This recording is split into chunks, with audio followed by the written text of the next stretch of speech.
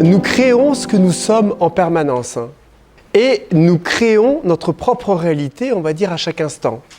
Nous créons nos croyances et nous créons même, à un certain niveau, nos expériences. Le divin est créateur, on va dire, du monde.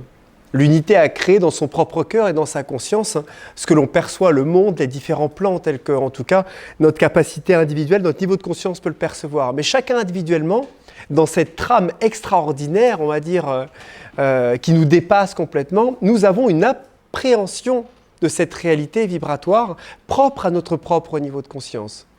Et la réalité que nous incarnons en tant que personne individuelle a une action sur cette trame et ne peut appréhender la réalité du monde que par rapport à ce qu'il a lui-même été capable de pouvoir intégrer de son propre monde.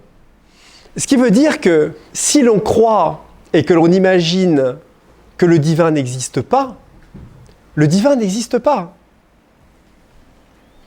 Un cartésien, scientifique cartésien, peut aisément, à lui-même dans son expérience, valider le fait que le divin n'existe pas.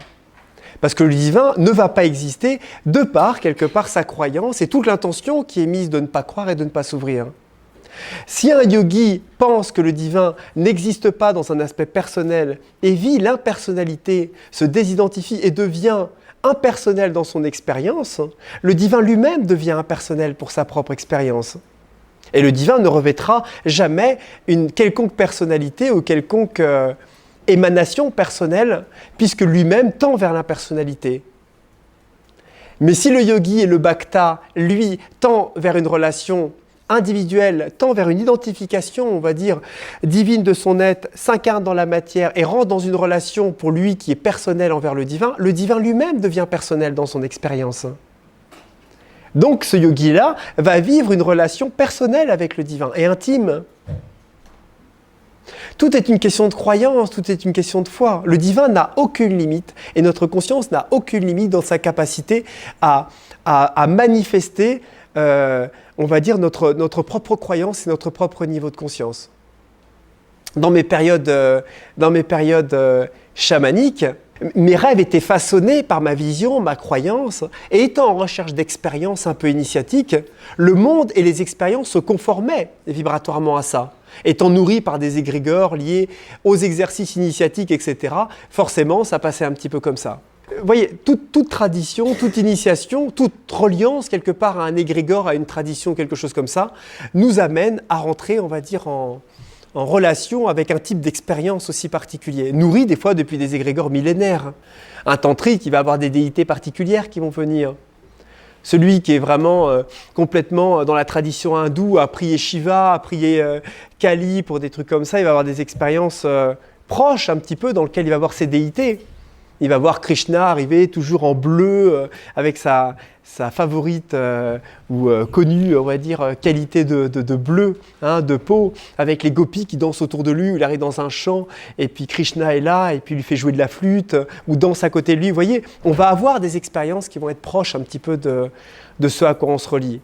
Mais ce que je veux vous dire par rapport à ça, celui qui ne croit en rien, celui qui n'aspire en rien, celui qui ne rentre pas et qui ne se sert pas de son support ou qui ne rêve pas, on va dire, à un certain niveau dans son aspiration ou dans son idéal des rencontres ou de l'aspiration avec laquelle il veut s'unir, perd un support imaginatif à un certain niveau qui peut lui permettre de vivre des expériences impressionnantes, dans le mot impression, visualisatrice et autres, d'expériences qui peuvent le nourrir et qui peuvent lui donner, on va dire, des symboliques qui peuvent être intéressantes des fois dans la lecture des expériences qu'on peut avoir. C'est pour ça qu'en fait, un initié aborigène ou pygmée ne va pas avoir les mêmes expériences que quelqu'un, un yogi hindou ou chrétien, hein, d'une branche gnostique chrétienne ou choses comme ça. Parce qu'il n'a pas la même vision et on n'aspire pas et on ne se relie pas sur les mêmes plans. Mais on se relie sur les mêmes espaces, mais ils ne sont pas habités dans la symbolique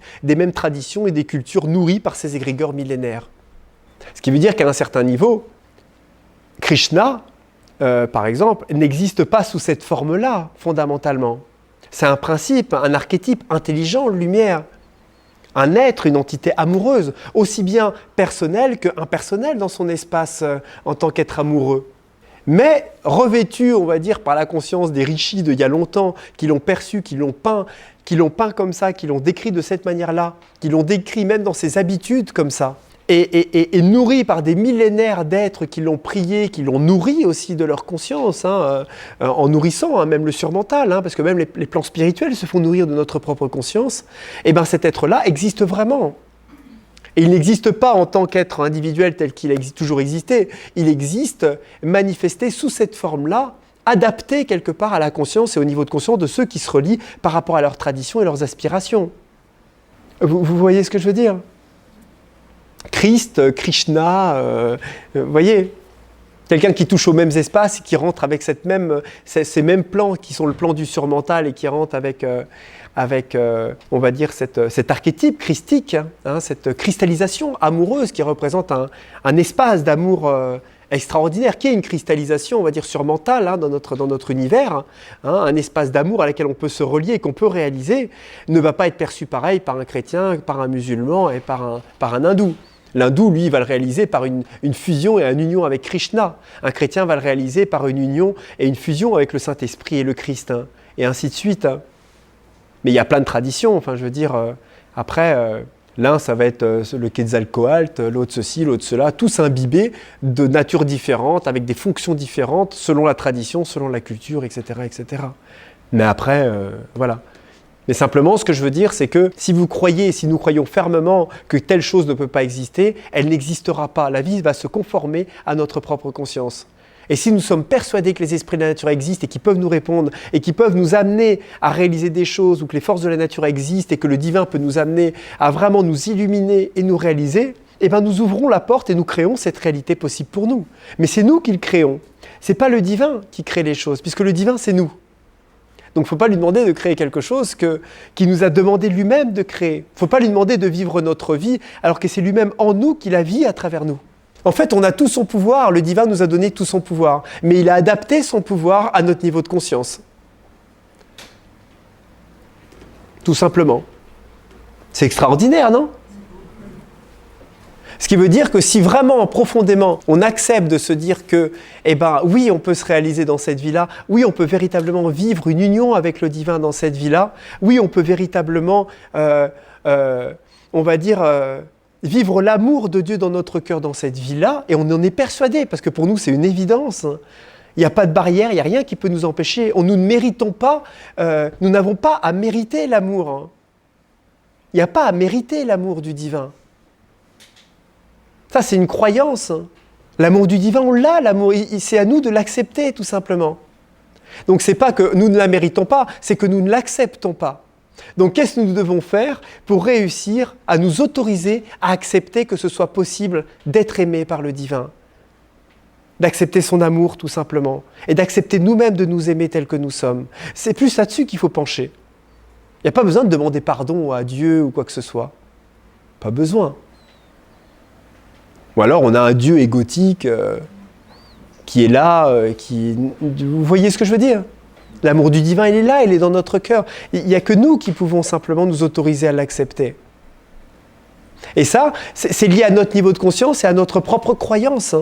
Donc si maintenant nous nous ouvrons comme nous sommes dans la nature, si par exemple vous allez là dans un arbre, et vous dites, tiens, je vais m'asseoir devant l'arbre comme ça, et je vais faire une reliance, je reprends sur les esprits de la nature, une reliance, et je me mets comme ça, et je me dis, bon, c'est juste un exercice, on n'a pas beaucoup de temps, je vais peut-être réussir un petit peu à faire quelques petits trucs, ça va peut-être pas être long, mais bon, peut-être que je vais avoir une petite visualisation. Ouais, enfin, ça va être difficile, parce qu'il faut quand même chaud, j'ai un peu du mal, machin, mais on va essayer. Ouais, j'ai du mal, etc. Vous voyez ? Et vous partez, et nous partons dans un truc un petit peu difficile, qui n'est pas sûr, qui risque pas de marcher, qui va sans doute donner une petite expérience parce que nous sommes un peu fatigués, parce qu'il est un peu tard, parce qu'il fait un peu chaud, et voilà. Et nous mettons tout un tas de conditions qui ne nous ouvrent pas à une véritable expérience intérieure. On conditionne déjà quelque part ce qui va nous arriver. Est-ce que nous allons co-créer vibratoirement avec l'énergie qui nous entoure, à laquelle, en définitive, il n'y a aucune barrière entre nous. Alors que si on s'assoit et on se dit tout est possible, tout est possible. Là, je vais m'asseoir, je m'autorise à ce que tout est possible. Parce que je suis aussi l'arbre, les esprits de la nature existent vraiment. Et je suis vraiment capable de pouvoir même sortir de mon corps, de vivre une expérience comme aucun humain n'a pu vivre peut-être sur cette terre. Peut-être. Et je m'autorise et je m'abandonne à une rencontre qui peut être la plus grande rencontre que j'ai faite de ma vie. Et où on s'assoit sur l'arbre et on s'autorise à ça à ce moment-là. Il y a un champ des possibles qui s'ouvre vibratoirement, qui permet de co-créer vibratoirement, avec les énergies avec lesquelles nous allons rentrer en reliance, des possibilités d'une expérience qui va être extraordinaire. Et qui de ce fait va conditionner une expérience et des réalisations qui vont nous amener à aller de plus en plus loin dans la connaissance intérieure de ce que nous sommes.